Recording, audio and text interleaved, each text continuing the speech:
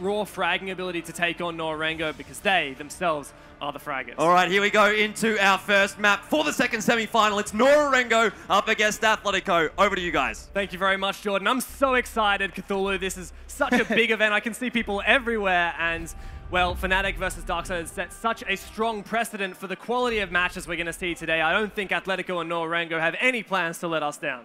Oh yeah, and going over the bans straight off, we do see a fairly, well, somewhat standard. I mean, taking out Lion will be a very good start off for Athletico. I mean, yeah. I mean, not many people like playing playing against Lions, so it makes a lot of sense. It would be rather not playing as Lion, but playing against him, because he's a thorn in the backside. That's right. Now, the Maverick is an interesting one to me. We've seen on this this new revamped Clubhouse with the map buff that did release, really bandit tricking has come into a very significant part of the meta for a lot of the components, so Maverick is a good candidate to that. If you don't want to have to deal with the Maverick, you want to be more safe in your bandit tricking, get rid of the Maverick. There's also some good ways that you can open up some hatches if you're daring enough with Maverick, or even just the dirt tunnel when you're attacking the basement. I think Maverick's quite strong on Clubhouse. Makes sense for him to be a banned out. Even with the sheer fact that amidst all the chaos that could be happening in the last seconds of the round, Maverick's gadget will be completely silent in that regard. But going into the first round, also I do want to point out, actually, Echo being banned out. That is straight off a ban against Athletico. That's counter-strateging against Derpe. He is that big Echo player who has been assisting Athletico throughout the whole Pro League. Yeah, Norengo have been banning Echo and Clash very consistently as well, so it very much fits what they've already been practicing. Now, straight off the bat, into this attack, Ethan, the man himself, who we've been praising time and time again as one of the most prolific fraggers in the scene ever since he did convert from Xbox. He's on the Montagne, an operator we see only brought out when a team has a very specific plan or a very specific method of their attack. Yeah, and we saw a fairly interesting trend as well with the big fraggers of some of the teams bringing out the shield operators and actually being able to bring in some firepower. We saw Wako on the Clash. This time we see Ethan on the Montagne. So could be quite potent, I reckon. Yeah, I do like this. Very well-rounded lineups on both sides, not committing too much to any specific thing on the defense. You've got all your 3 speeds and 2 speed operators, a lot of versatile utility, lots of barbed wire, just create lots of good choke points and get some intel with these Valcams and Legion Mines. And of course, the incredible fragging ability of Norengo is going to be complemented by these high rate of fire weapons that we do have on all of the defenders.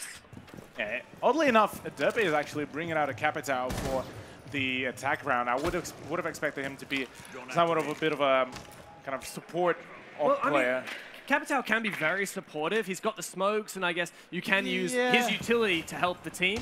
He's decent fragging. I mean, his gun's quite good these days. It's had a couple of buffs, and of course, being a 3-speed always helps on those peaks. Yeah, although I would agree with you on the fact that Ethan is bringing out a Montagne. Not the brightest choice, in my opinion, as I feel somebody like Todd or even Immorin could have been a much more suitable position, but there might be something bigger. JJ is actually about to get droned out quickly by Derpe, and if Athletico managed to pinch in that defender, they could actually get the very quick man advantage. JJ is in a pickle at the moment. Athletico surmounting onto the blue tunnel from both the stairs and from the oil pit. JJ's about to receive a lot of pressure at the moment, just not peeking is the wisest possible thing the Valkyrie can do, unless he can escape with his life, which is very unlikely at this juncture. Todd himself on the buck, pressuring from above, has sustained a bit of damage, but no serious blows traded as of yet. JJ allowed to revert back into the bomb site, not something Athletico should be allowing. And that's the problem with bringing a Montagne. You may be able to see what's happening, but you can't have any impact yourself. Yeah, so I mean, bringing Montagne as the kind of human drone is not a bad idea, but in this case, Athletico definitely were lacking on some firepower to flush out that Valkyrie and essentially wasted time. Norengo are just relying on their sheer gunfights to take this. As you can see, they're just setting up in strong positions to take these peak versus peak gunfights. Todd, with the ACOG on the C8, looking to fight Papilia if he does so peak, but Papilia with the one-time fight. He finds almost the second one before being traded off. Kills going both ways. It's a 2 versus 3, but Silex heading it on in, turning it into a 2 versus 2. Atletico looking to be in a strong position to take this round. Now, if Atletico managed to lock it out, oh, there's a knife from Ethan. He goes for a potential and he gets a double kill. Oh my lord, what an explosive round straight off the bat on the round 1. Ethan, the big man himself. Fantastic plays from Ethan. I doubted him. I said that the Montagne is something you would want to put on a support player. Ethan says, what? I can frag on a Montagne. Just you watch me. Yeah, Ethan asking to hold the beer and goes right off with the shield. Second round promising to be something even potentially bigger. I didn't initially like the whole start because they wasted 2 minutes of their time trying to flush out that Valk. Todd took a whole lot of damage and then died on the main stairs, so it wasn't looking that well, but the whole push was quite surprisingly well executed. Indeed it was. The strategy from Norengo when they were met with that pressure was just to keep defaulting back, but the reality of the situation was Atletico had this undeniable pushing force in the Montagne, and on the back of some good refrags from players like Silex, making sure that all of the kills from Norengo were accounted for and were punished in turn, it left Atletico with the last man standing. Now, I'm quite curious about how will this plan play out, because it's very flexible, especially ever since the Clubhouse buff. And I feel that Nora might actually have some of the advantage, because Walker's goo mines will be pretty much the keystone for them to prevent any of the big pushes from Atletico. And right now for Walker, he needs to somewhat play conservatively if he wants to kind of stall that push. Whereas from Atletico, they have all the requirements, all the needs. They have the Todd on the block with the grenades, and they have Immorin with the Zofia. So they should be able to plow through all the soft walls very quickly.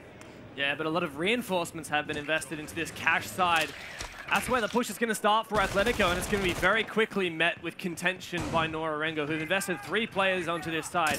However, once again, Atletico have this pushing force. Whoever caught inside of a Lesion Mine, Ethan has to take some cover before pulling that out. He sustains a bit of damage for his troubles.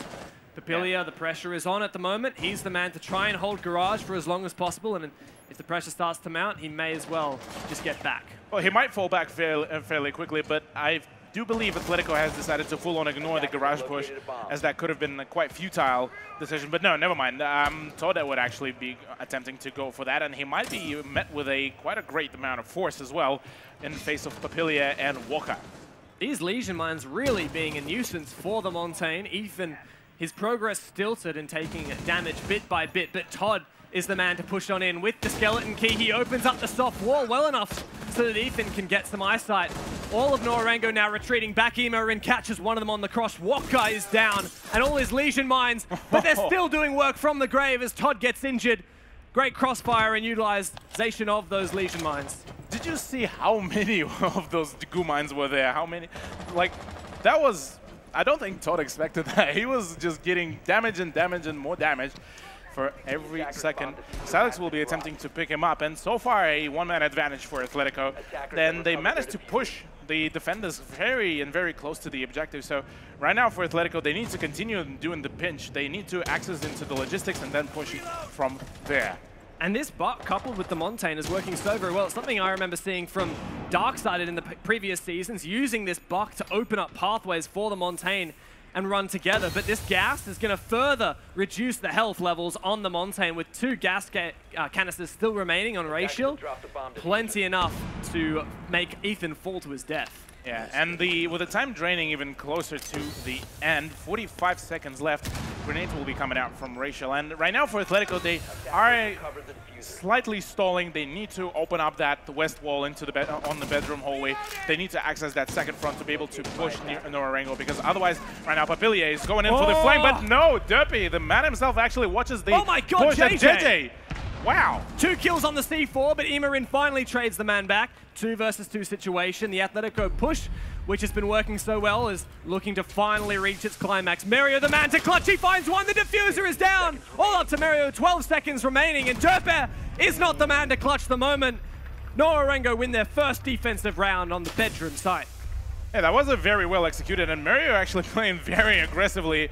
That That was not something that I would have expected, because when you're getting this close to the end of the round, you would want to go for just drain the time, play safe. But no, that's not about Mario. He decides to just get those frags, get the bread, and go home. Mario ain't going to play safe. He's going to head right on in there, and especially with the MP7, a weapon he is so very familiar with. He has really embraced that operator, bandits, and all the weapon that goes with it. He's just such a strong fragger. You can always count Mario to show up for Norengo. Yeah. Now, this time, Mario actually bringing out the alibi for the church hold, which could be something potent. If they manage to catch off some of the attention of Atletico, that could work out very well.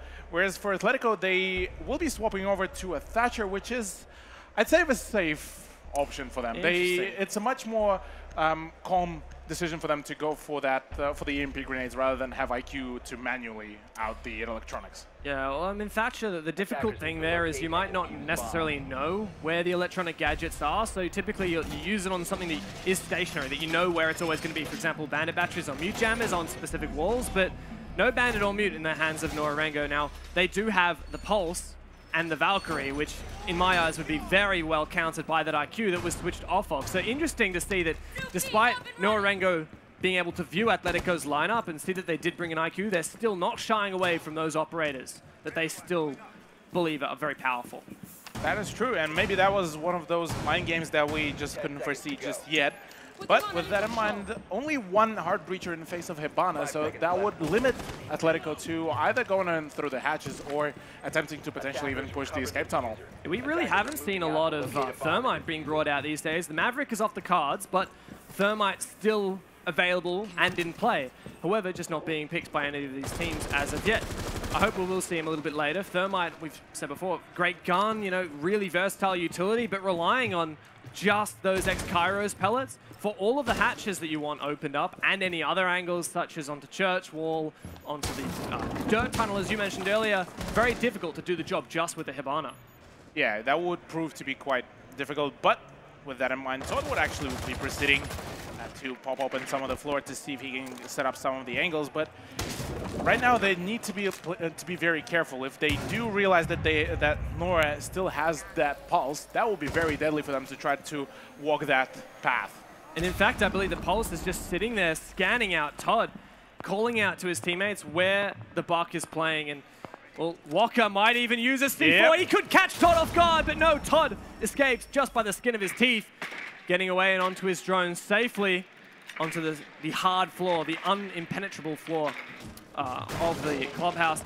Now, Norengo in a position where they're looking to just hold on, and as you see, they're trying to just have their teeth going outwards a little bit, see if they can do any damage while just waiting down the time and hopefully winning these end round gunfights. But so far, nothing's gone their way. Indeed. Ethan, what are you doing? He decides to go for a very careless play and pays with his life to Mario. But meanwhile, Todd will be actually trading out Walker, taking out that pulse and most of the info gathering. But JJ is on the late flank, manages to catch Derpy off guard, gets a headshot, goes for another one, but Todd will be once again shutting him down. 3v3 situation, and right now the health advantage is in favor of Norengo. A whole minute to work with for Atletico. They just need to take their time. They need to have drones left over at this stage. That's really going to be the clincher for them. And as they push into the bomb site using their utility, they need to figure out where the rest of the Norengo players are and take these gunfights. All the intel gathering from Norengo, the intel gathering operators, I should say, are off the table. Salix really struggling to get into... Oh, he finally does make it into the cave. And now pushing through, he's going to have a great crossfire. But Todd finally gets in as well. Bit of a difficult slog there, but now two Atletico players have a crossfire with Ema in from blue. That will be a very potent one as Rachel picks up a kill and gets straight up. Abilia gets a kill into Ema in 1v2 situation as Todd picks up a kill into him, but Mario will be closing it down once again. Nora scoring yet another round for themselves. Very close. Nonetheless, like no matter how much we would be talking and saying that Nora are the top dogs, Atletico managing to bring it fairly close within those firefights. Yeah, just little mistakes, right? That's really making the difference here. As you said, Atletico, they had a really good first round, took the W on that, but then Norengo replied just in a typical Norengo fashion by always winning these team fights with refrag after refrag. And Well, gotta say for Atletico, they are taking it very close. That most recent round did get down to a 1 versus 1, and now we have Norengo's first defense of the Cache bomb site. We'll see how it pans out for them this time.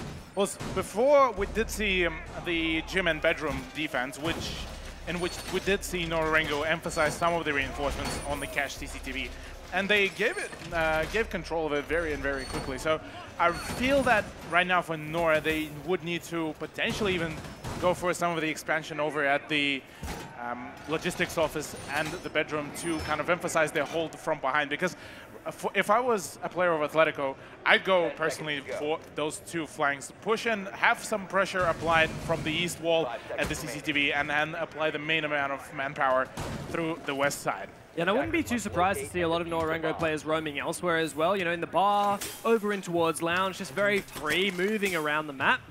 Because that's the kind of thing that can catch teams off guard, and what Norengo do excel at is that kind of really destructive kind of play, where these individual players get a chance to show their skill. Indeed. Talking about skills, Silex will be popping open one of the holes at the garage to get a nice angle at whoever overlooks from that window in CCTV, which could prove to be quite useful. Meanwhile, Todd will be popping open the wall at the garage and see if they can push Rachel out, who is holding a very intricate angle as well, with 3 ADSs. Well, make it 2 now. And yet another EMP grenade will be going out. That will be reaching Todd. Nice headshot onto Rachel. Will be taking him out straight away. And that is actually one of the plant denials as well gone. Yeah, well, Rachel, I guess the strategy was confident enough in that SMG-11 and the Gus Babes to prevent Ethan from taking control of Garage. But as you mentioned, Todd right onto that. Now Papilia is in a position to flank the Garage if he does so wish, but it's going to be a very risky road. Climbing up that ladder, there's a long time when you're going to be completely exposed and you don't really have an option to look around. The issue right now, though, is that Papilia could catch off guard. I don't think Atletico has droned out, so he could catch that Montaigne off guard as, just at the right moment. Ethan manages to turn his side. So right now, Papilia is in a very potent spot, but at the same time, very dangerous for himself. Yeah, dangerous for himself. He's got to have a fear of being left behind, as we can see the Montaigne pushing further and further upwards. Papilia has to dedicate all the way to climbing up the ladder if he wants to have any impact now. Otherwise, he has to rotate and go elsewhere. Either option, not so ideal, but Atletico now taking this ground in Garage. They're looking to do some more damage, but Papilia can't find any himself. Silex only on 50 HP now, but... Oh, sorry, it was Todd who was dodging those bullets. I guess those bars is really not working out for Papilia, and now Atletico starting with 50 seconds to go, their final execute. I'm a bit dubious about that push because they haven't cleared out the person sitting on the stairs, being JJ, who has a very nice angle onto the entrance of CCTV, so he could catch some of the attackers off guard. But essentially, Papilia picks up a kill onto Todd from behind. The flank is coming in. Derby actually takes out Walker as well. 4v3 situation, and no, they do not look at out. Imorin with a nice flick over will be taking him out, but Mariu will be trading him back over. And retake situation for Norengo. It's going to be very difficult, though. Only 2 players left for them. They have to find 3.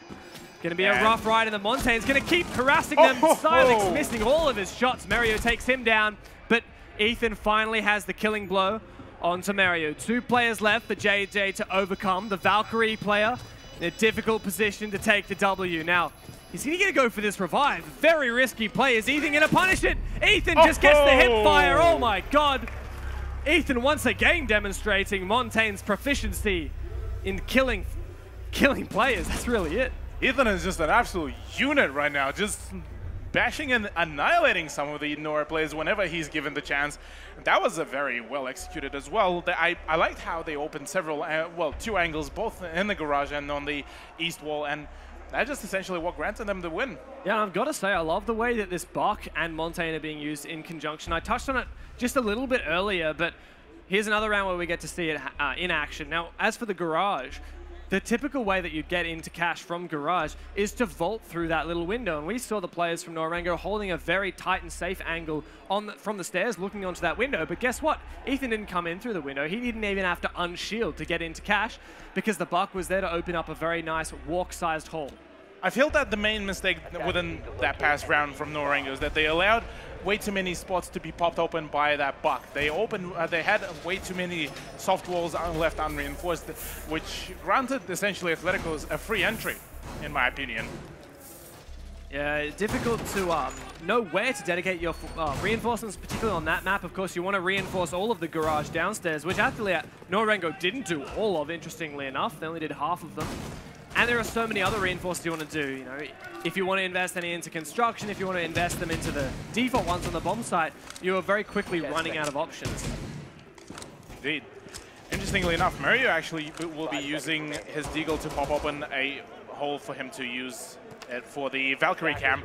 But right now, I feel for Atletico, they need to learn the mistakes from their previous round when they tried to push into the Masters in the bedroom and the gym, and for them to go for essentially what they did right now with CCTV and Cash. Open 2 spots where they can push from, apply on both spots the pressure, and there you go. I agree. It really is a single-faceted pressure that lost Atletico the last attack onto bedroom.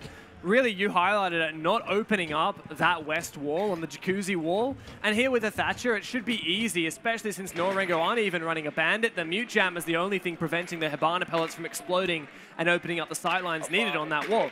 Atletico, if they just split up their resources a little bit, make sure that they have these crossfires established, Norengo aren't going to be able to pull off these 1 versus 2 clutches that we saw them do last time. That was the only way that they won this round. I'm liking what I'm seeing right now. You have Todd pushing behind Ethan, who will be giving away as much information as possible, whereas Walker might actually catch some of the attackers off guard. So they do need to play it very carefully, and they do need to out one by one all the players of Norengo. But Rachel picks up the first kill into Imorin, outing Zofia, which is actually quite substantial pick to me. And Imorin, we've seen, can be a very mechanically skilled player in the past. And in just that last round, did manage a very nice flick as well. So having him off the table is looking good for Norengo, as they do have the numbers advantage. 1.5 minutes left for Atletico, and the push just a little bit slow for my liking. Yeah, they indeed are slowing down ever since Imorin went down as well. And right now, they probably need to do some repositioning. They need to apply some pressure, potentially. Oh, that was a very dangerous spot for Derpy to pick right now. But at the moment, they do. But at the very least, they need to have a peek into the window into the gym and have some pressure from there, because Todd is rotating over to the west wall, and the only person left around the cash room is just Montana, who can be flanked very quickly. When it comes to these close quarters gunfights, though, Norengo do have an advantage. But that said, finally the Jacuzzi wall is opened up, and it's a walkable hole, or I should say a crouchable hole for Atletico to gain access if they do so wish. Now Norengo stacking themselves up, not only on the stairs, but also with Walker going downstairs below the bomb site with a C4 as Pulse. Well, that's a recipe for disaster for Atletico, as is Todd falling, quite literally. But Ethan is there to get 1 refrag. Yeah, Ethan managing to pick up a refrag will be a very good one, but still only 3v4, and this could be very successful. Nice. Derpy, nice job onto Walker, taking out the Pulse as well. Now, all that is left, 15 seconds in 3v3 situation. This is definitely not a favorable play right now for Atletico. 9 seconds, they need to go for the plan very soon. Ethan needs to get some of the baits going right now. Rachel will be taking out Silex. JJ takes out Derpy and picks up a headshot onto Ethan. Norengo closing it out once again and gaining yet another point for themselves. An excellent job of delaying time, and what a great shot from JJ. We really talk so very much about Walker, about Mario, and about Papilia, but all of these players are incredibly talented. We saw some fantastic shots from Rachel. I believe it was a 2K minimum for him that round, and not only were they, strong mechanical kills with the SMG-11, but also impact frags, denying that bomb plant, and then JJ to clean it up as well. A great job overall from Norengo, looking like such a well-rounded team as they win that. Indeed.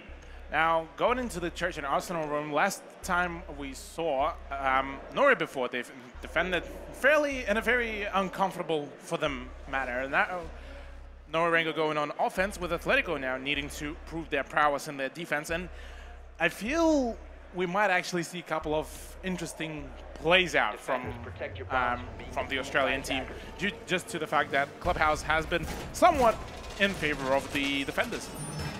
Yeah, I mean, so far in this map it certainly has, but if we look at the scoreboard for a moment, we'll notice that Ethan, the player who's been playing Shields, entire game. He's the top fragger, and on the flip side, the world is upside down with Walker of Norengo yet to find a frag himself. That is actually surprising that Walker is on a donut, whereas Ethan is just having the time of his life. He's bringing in a clash. The operator that Walker actually showed quite good prowess as well during the APAC LAN. Now onto Atletico's defense. Emerin, I love this. He's just hunting drones at the moment. He's looking for them. Denying that kind of intel, especially from a support player, is so important for the defenders. If you can eliminate as much of that utility as possible, as early on as possible, you can really do a lot of work for your side. Now, this strategy from Atletico with Ethan playing the Clash, I'm really interested to see how it's going to work out. Ethan, a player we've seen playing Blackbeard and other fragging operators, now embracing these shields, and I'm loving to see it, and I want to see how he can make it work further down the line. Indeed. Now, right now for Nora, they are going very thorough and clearing out as much of the area as possible before they're going to go for that push. And bringing in a Jackal as well as Buck is definitely going to aid them in that, to go for that soft breach, as Jackal with his secondary shotgun is essentially like a substitute Buck in that regard. And right now for Atletico, they won't be in a very comfortable position, because with Nora getting that much information from Jackal, that could be very crucial. Yeah, I mean, overall, Norengo encircling this entire bomb site from all sides. We saw pressure on the blue side. We've seen pressure on every side, I should say. You know, main stairs has been taken care of as well. It's going to make Atletico start to feel very uncomfortable as they hold inside all of the various locations. Hold inside of blue. Interestingly enough, also, I wanted to point out that Walker actually, when he was opening up the wall, one of the patches of the wall was reinforced to prevent that exact angle, and to cut off the rotation. Yeah, a nice little touch from the defensive setup to prevent that destruction, that soft destruction of the Buck from being as useful. Now, Racial starting to open up these hatches, flashing himself into bomb site, and making sure that all these ADSs have been dealt with. We can see Norengo are setting up all around the bomb site. This is really, it represents the strategic side of Norengo. They're very familiar with having preset ideas of where their players go and where they push from, and as long as everything goes to plan, it's a good system to have. Indeed, and at the moment, Nora just setting up for a nice old Russian. I don't think they know where that clash is planned from, and that could be very dangerous for them to not know as well. But Walker picks up a kill onto Emerin, which is Legion now out. His very stable gun is also out of the game, and the man advantage is on. So right now, Nora are actually getting a lot of ground, and Atletico just allowing that easily. 30 seconds left. Mario looking to push in from blue, but he's taken down. That multifaceted push is losing its facets by the minute. And Papillion is also going to go down to Todd. Dirtbed joining the fray as the two players hold steadfast inside of Church. Now Racial taking one down. He's got to find two more with this Bearing 9, a weapon that has received so many nerfs, but can it do the job? Dirtbed's the one to hold on tightly to that basement bomb site. I love the support from the crowd as well for Atletico, as that was a very well hold out. Like, I personally was feeling that Atletico was somewhat lackluster on their defense, allowing Norengo to gain too much, I'd even say, of the ground. But in that regard, I would say that so far it's been a very confident play from them for the defense.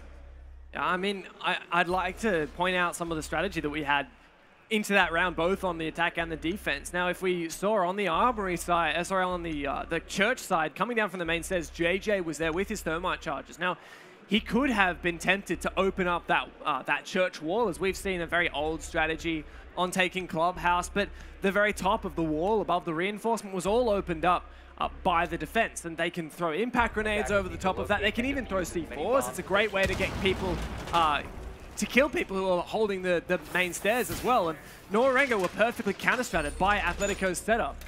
Everything that Norengo had, Atletico had an answer for. Yeah, so far, Atletico managing to read in on Nora's play.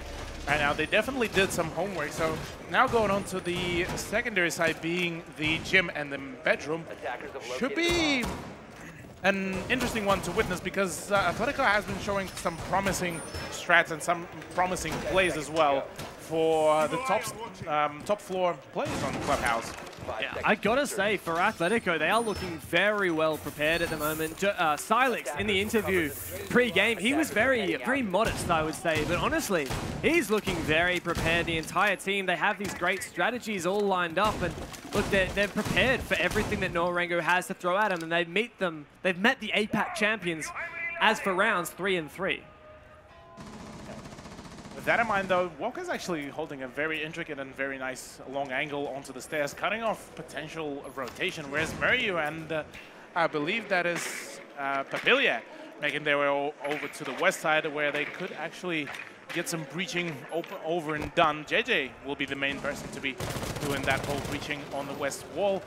And potentially Noro might actually do what Atletico needed to pull off on the first bedroom defense. The thing I must highlight, though, is Norengo really are ignoring that church side. They're not focusing, sorry, the cash side. They're not focusing on taking what I would say is the default area that you need to take. And of course, if you don't take that, then the players in the defense can very easily hold on to cash room, hold on to the CCTV, and look through that window that the Clash is looking through right now.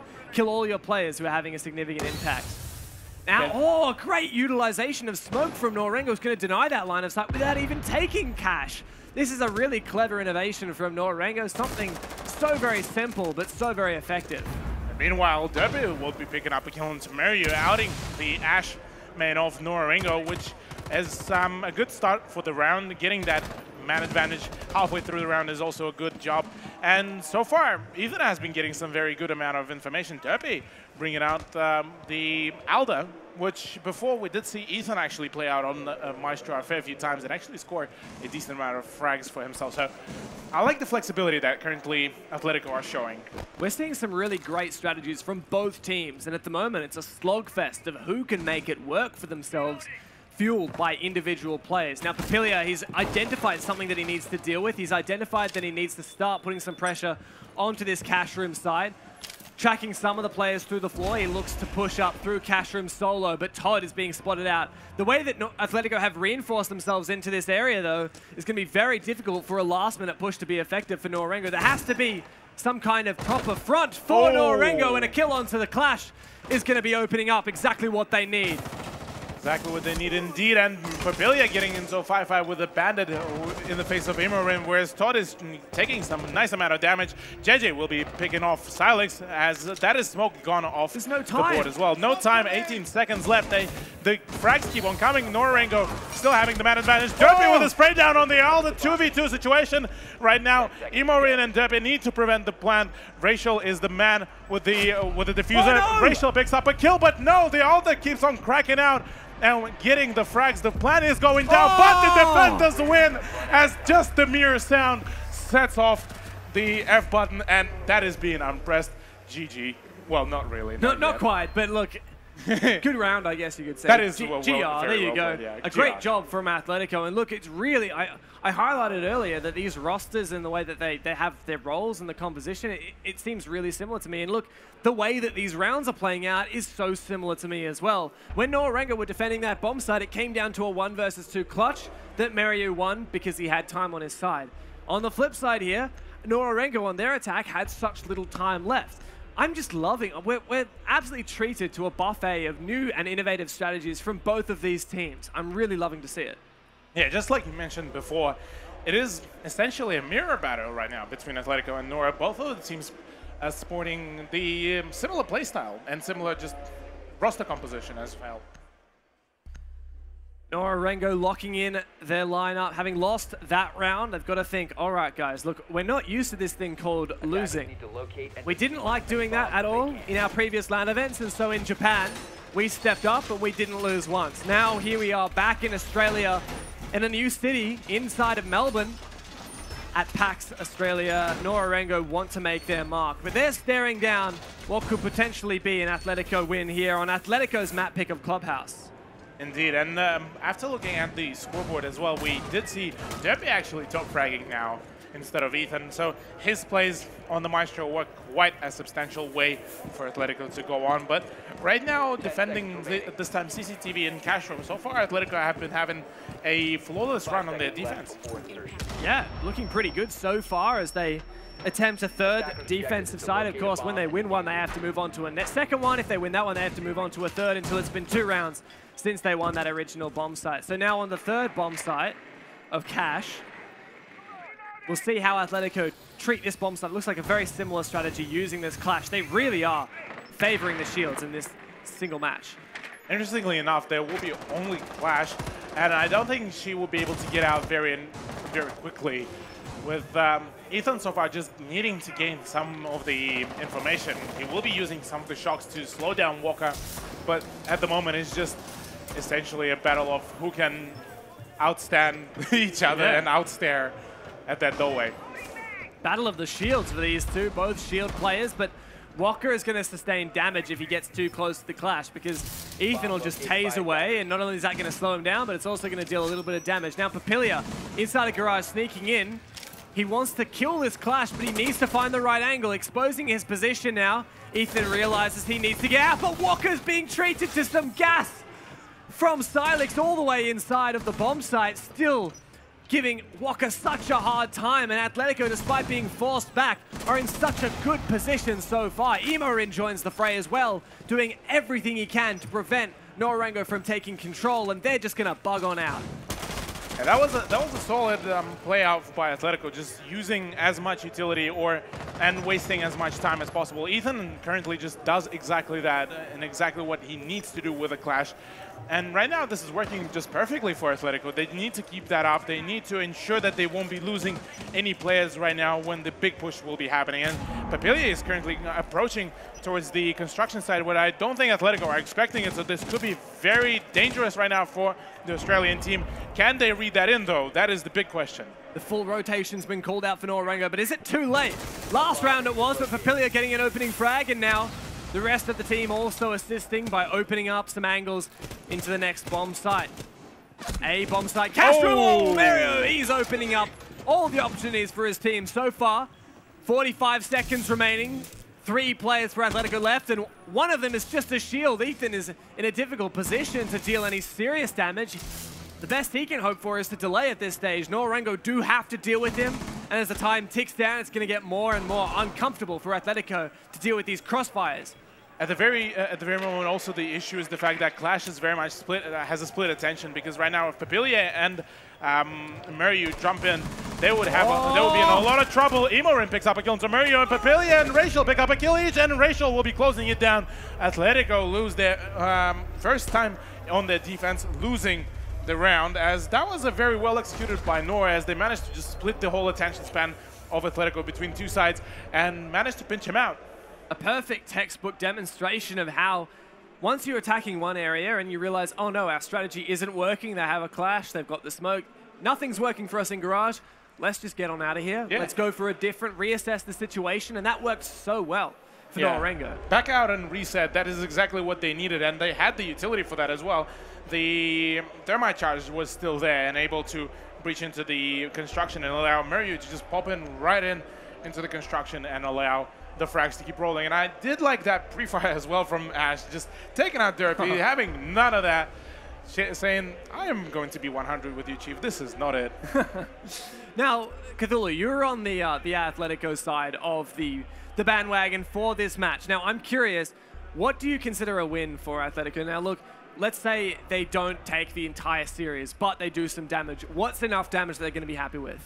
I'd say enough damage is taking the map and then going with the second map to the overtime. That will be the biggest amount of damage that Atletico could deal right now to Nora, and that would prove right now that Nora are not unstoppable. Their whole flawless streak ever since the APEC line will be stopped. Well, that's exactly what we saw with Fnatic versus Design Darkside. I think most people were in the Fnatic camp from the start. VSDS definitely the underdogs, but they took a whole map away. Yeah. And certainly a lot of rounds as well from the maps that Fnatic did win.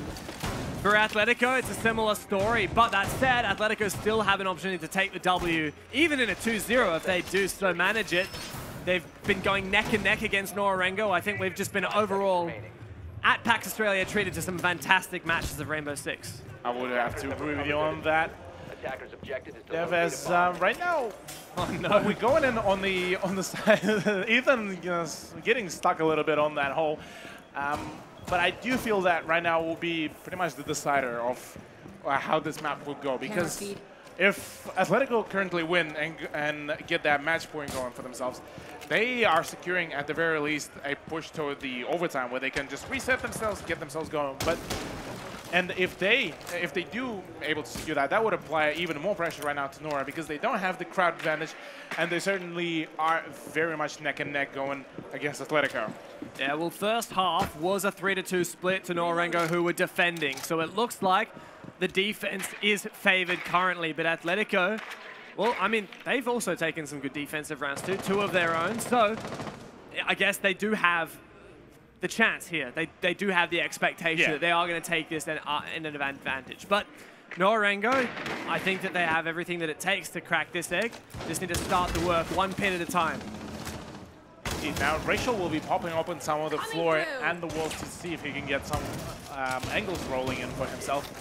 Whereas for Atletico, they're just going to be holding it tight. Not much happening. Attempt at the impact trick will be coming out, but to no avail. And JJ will be able to pop open yet another hole into the escape tunnel with Papilia on the glass. That could actually do a whole lot of damage. It's really interesting to me that neither of these teams are bringing multiple hard breaches, and yet they're all pushing multiple sides. It's not like you've got your only Hibana, but you're only opening hatches. You've got only a Hibana, but you're opening a bit of dirt, a bit of hatches, and a bit of everything else. So very interesting, especially since Norengo were bringing the Thermite earlier for the upstairs attacks. Indeed. Now, Papilia will need to be very cautious, as well as his opponent in the face of Silex, who has managed to dodge it out and managed to fall back, because that right there could have been a very futile play. Never mind, Papilia with a ballsy play will be attempting to contest, gets a double kill as well. What a play right now from him, and 3v4, 2v4, 1v4, what is happening? The kill feed is just keeps on rolling, the heads keeps on rolling, Norengo keeps on going. A fantastic play, especially from Papilia on the glass, solo pushing through Dirt Tunnel with only a single Hibana hole to prone through, and yet he finds 3 kills.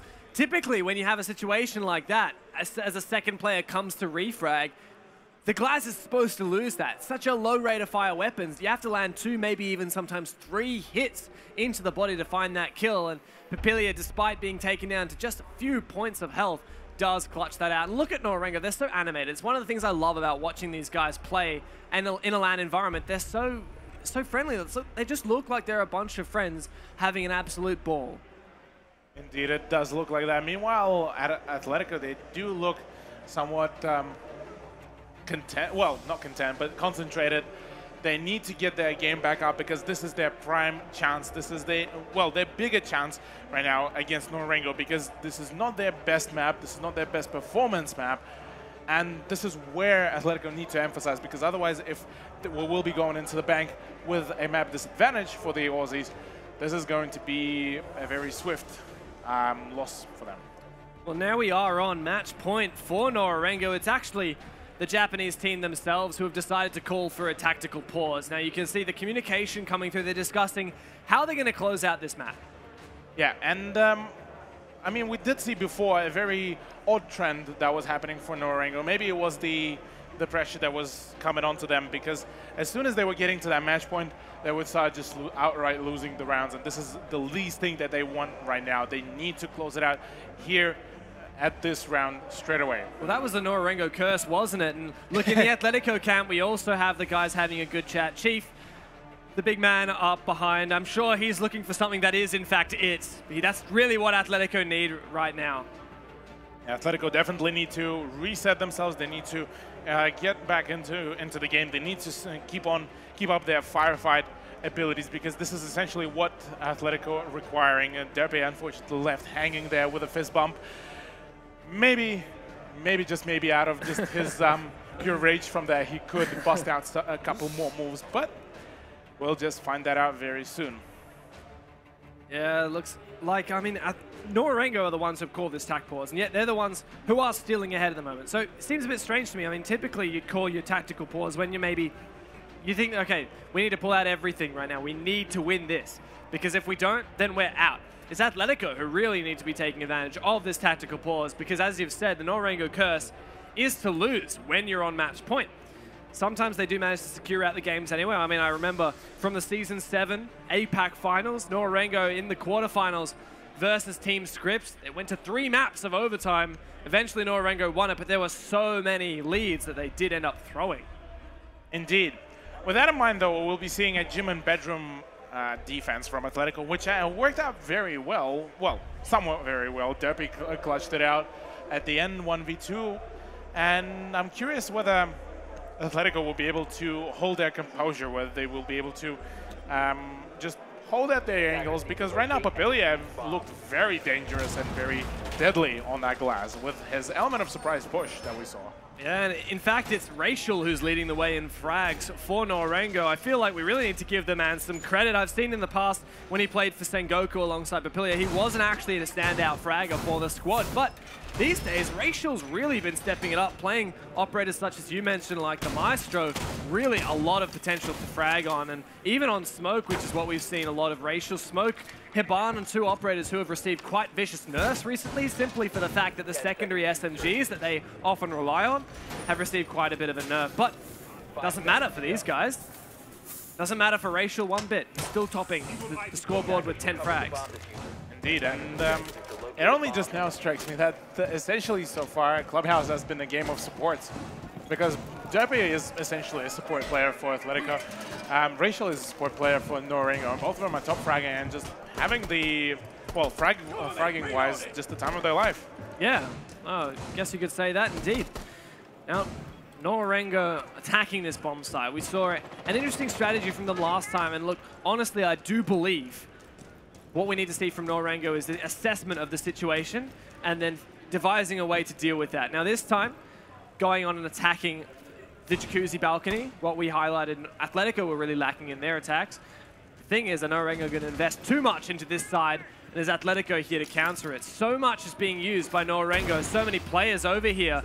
Deny this bandit trick. Oh, the bandit trick is denied by the Zofia charges. Imorin, get out of here. And the wall is open by Norengo. That was very well executed, but I like the sheer amount of people that was standing there stacked up by that wall. So we can essentially see that Norengo might actually emphasize the whole push on the west wall, which could be a bit too linear right now for the Japanese team, and could prove to be very much of a choke point for them. But Todd is in a power play position right now. We mentioned that west wall being so crucial, but you can't just solo a push from one side. You need a crossfire from the south windows or from logistic, and south windows is typically where you might see it. But Atletico have a player in Todd, very poised to put pressure onto those south windows. He could deal the damage that's needed. Indeed. Now Papillia will be potentially the first person entering in, and he's being very careful, very attentive to each one of the details. Whereas right now, he could have lost his head if he wasn't too careful, but right now he's in a much more confident spot to catch some of the defenders on the rotation. Muryu will be getting injured as well as Papillia with a nice pre-fire. Todd picks up a kill into Muryu, and the plant will be now going down instead of by JJ. Imorin will be going down to the hands of Walker, and the plant is finally fully down. Racial is inside of the gym. Derpy will be picking up a kill into JJ, and now it's a 3v4 situation in favor of Atletico. Another peek by Todd. He will be losing his head. Now it's a very much of an even fight, but Ethan is very low on health, and I would believe even downed. Derp denied the plant, so Norengo still have the onus on them, and Derp fakes Racial right on in. Doesn't matter that Ethan's down, Derp still finds that kill. Now it's all up to Papillia as Walker falls as well. We saw Papillia go massive attacking the basement, but he's got a Legion Mine. Can you pick out that goo mine, or can you deal with Silex shotgunning you in the face? It doesn't matter. One's gonna kill you. And Vinny Tam secures that last kill. Look at that body flop as well. That was some nice ragdoll right there. But Atletico managing to play it out very confidently and having all the angles set up for them. They're doing pretty well, all things considered, against Norengo even after all of our discussions that we had before. Yeah, I've got to say Atletico do have what it takes, and great little plays, great little decision making that's really helping them out. You know, Derpy managed to just deny that plant. just by the skin of their teeth, Atletico stayed in that, and it really came down to that denial of that plant. Because if not, Norengo would have been like, all right, guys, we got the bomb down. Let's get out of here. Let's set up for a post plant. We've got some decent numbers. We're looking pretty good. Funnily enough, the plant did not even go down. It was on the last moment as it was denied as well. That was some very impressive handiwork as well. Derpy bringing out, instead of a Legion, a Vigil, which would potentially emphasize on the fact that... all right, Atletico. Yeah. Oh, and Atletico bringing in the Caveira on Todd as well. I just noticed that as well. All right, Atletico. All right, Atletico. Yeah, let's play. All right. Look, show me what you got, guys. So I'm keen to see it. Look, let's see some serious roaming on this downstairs. Atletico, they managed to win their first defense of this bomb site, but then Norengo came in and storming with that Glaz, and overall, Norengo looked very strong in taking this bomb site. This Jackal is an interesting pick for me because it greatly counters the Vigil, but not the Cav. The only thing is, though, I would think, as a Nora player right now, Atletico showed very little amount of roaming, especially on the downstairs hold. So it's technically Nora could just completely ignore the whole upstairs roaming, and that could be the end of them. What I'm most worried about for Atletico actually is the fact that Norengo could simply open up Dirt Tunnel, start opening up basically and entering in the basement without exposing themselves to upstairs. For example, if Kitchen Hatch is closed and you're Norengo, you push in from Dirt, maybe even from main stairs, you clear out Armory and you start actually securing that and getting the bomb down. That's a retake situation for Atletico with no hatch to work with.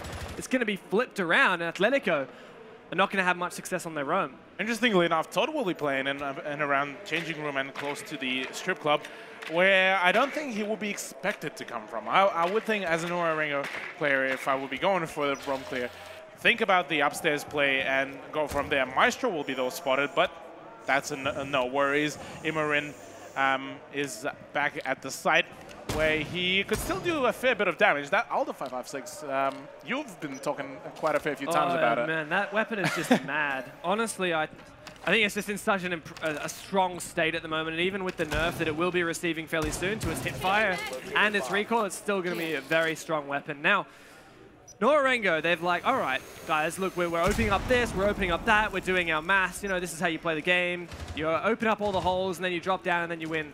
But Atletico have some wild cards that Norengo, they haven't dealt with, let alone if they're even aware of it. Todd is the main one inside of Strip. Now, as you mentioned, Strip, not an area that Norengo would typically necessarily fully expect and drone out, because it's an entire area of the map that there's only one doorway to actually access it. And it's such a big area on the other side of that doorway. So typically you're like, all right, no one's over there. But if no one is watching, Todd's going to sneak through that doorway, as he has just done. And he's just around the corner from Papilia and Racial. Oh, he sees Racial. He pops him off with a one-tap. Is he going to win the second gunfight? Mario goes down with the pistol now. He's in such a good position to win close quarters gunfights with that pistol. But who's peeking him? Racial very cautious of this Caveira, but he doesn't want to peek into it. He knows Cav has the advantage in those close quarters engagements. Racial running scared at this point with two people already done and out from Norengo, and actually taking out both Zofia and Thatcher will be a substantial pick right now, because that the utility that could bring it in will be quite crucial. But JJ says that's all good. Takes out Immorin, get him out of here. Well, another interrogation potentially from Toddy. We'll be getting it. Another one. We'll be getting it. JJ exposed now with taking out Todd. Ethan picks up a kill into JJ. Now 1v3 situation. Racial is the last man standing. Atletico looking mighty fine right now, I have to add, as now 20 seconds left. Yeah, mate. Good luck, Racial. Not much he can do now. He's really just going to kind of save at the moment. Dropping in from blue. What can he do? Doesn't have diffuser. Doesn't have anything. Ethan cleans him up. First round of overtime goes to Atletico. That was an amazing play, and Atletico played out perfectly. They did the unexpectable. They brought in the Caveira, and before that, I was trying to put emphasis on Derpy bringing in the Vigil, but he wasn't even there most of the time. It was just the Cav plays that just did all the work. The pressure that was put on Norengo essentially pretty much sealed the deal. Way I see it, right, you bring both the Cav and the Vigil. Maybe you put the Vigil to print somewhere upstairs, and then you just actually put the Vigil downstairs. Jackal comes on in. Oh, we know they have a Vigil. Let's scan his prints. Oh, he's downstairs. All right, roaming's all good. Who brings a Cav and a Vigil? No one's going to do that. Surely we don't have to drone out fully for a Cav. Famous last words. Atletico here. Yeah, Atletico here knocking on the doors and getting the first round of the overtime. Could be working out very well. Ethan's back on the Monty though, so this could be a very close round, I feel, because before we did see Ethan managing to frag out quite well. Now with the Monty, he could be still a force to be reckoned with. He could be exactly what his operator is, a mountain that I don't think Norenga could surpass if he would be playing it cleverly. We've seen the way that Atletico have been using the Montaigne has been so very effective. And look, here on their map pick of Clubhouse, I think that they could steal away this map for Norenga. Looking at double digits on 4 players from 2 of each team. Some great matches from great performances from individual players here. Yeah, amazing performance. And I mentioned before that for Atletico, they need to have at least one of their 3 fraggers to pop off for them to have that comfortable or just a good game. And this is exactly what they're getting. They're getting a very potent game. They're actually managing to verse the top APAC team at this very moment. Will be going to Brazil as seed 1. So right now, this is, all things considered, this is a very impressive performance from them. Now Norenga defend the bedroom and gym bomb site. They're going to have a heavy investment inside of the cache once again. We've seen this touch and go. They didn't manage to win it when they were defending. Sorry, they did manage to win it twice when they were defending. So it's looking pretty good for them, I think. We've seen, I don't know, it's a bit mixed, I think, but it's interesting that this bomb site is actually the one that's been the most effective and the most consistent out of all the bomb sites on this map in this matchup. Not a single attack has been successful onto this site. Yeah, and we do see a somewhat of a repetition of one of the defensive rounds from Norenga. Todd and Ethan pushing in together through CCTV that could potentially manage to pinch out the defender interface of Papilia on the Jaeger right out of that cache room. But at the moment, it does feel that Ethan actually will be playing it very slow, just taking it bit by bit, just getting some information and holding down the angle, potentially even cutting out the rotation. But apart from that, Atletico might actually go for a breach through the west wall, which would be a very logical decision. Yeah, what you need to do is you need to open up this west wall, get yourself some crossfires, prevent people from playing at the top of the stairs, and using that bathroom area as cover for peeking towards Logistic. And then what you need to do is you need to use your Montaigne to force into cache room. You might actually need your IQ there as well to take care of those Legion mines for him, but you need 2 players to deal with that. Guess what's going to happen? Walker's going to C4 out the Montaigne. Ethan's off the board. Norenga looking even stronger for this defense. Indeed, and right now this is a good spot for them, right? With having the man advantage, taking out the Monty, the main person who will be taking out their attention span. And Derpy will be a solo player essentially pushing in, and he would be also needing to watch his back, as I do believe there's one of the Romans coming right up to Oh my god! Oh! Great team coordination from Atletico. 2 players ready to shoot on Silex's mark. Great team coordination. Now Atletico need to cut off the rotations from the 3 players who are defending cache, but oh my god, they're just coming up the main stairs. So much still for Norenga, and still a C4. I believe potential. No, Walker C4 is gone, but Silex finds the first frag onto the entry. Papilia goes down. A numbers advantage for Atletico, and that's still going to be the case as Walker gets traded out by Todd. 3 versus 2. This could be the first attack win onto the bedroom bomb site if Atletico play their cards right and steal this first round. And right now, Murillo going on the flank. Rachel picks up a kill into Silex, but the plan has go down. 2v2 situation, Derpy and Todd versus Murillo and Rachel. Still a fair bit to go, and Derpy will be having a prime position right now as Rachel will be taken out by Derpy. 2v1 situation, a prime position, and Todd picks up the kill as the first map goes to the Atletico. The Aussies managing to pull it off, and so far that is a lot of damage. A great job from Atletico to steal away that overtime without even going to the last round. Great job from Atletico overall.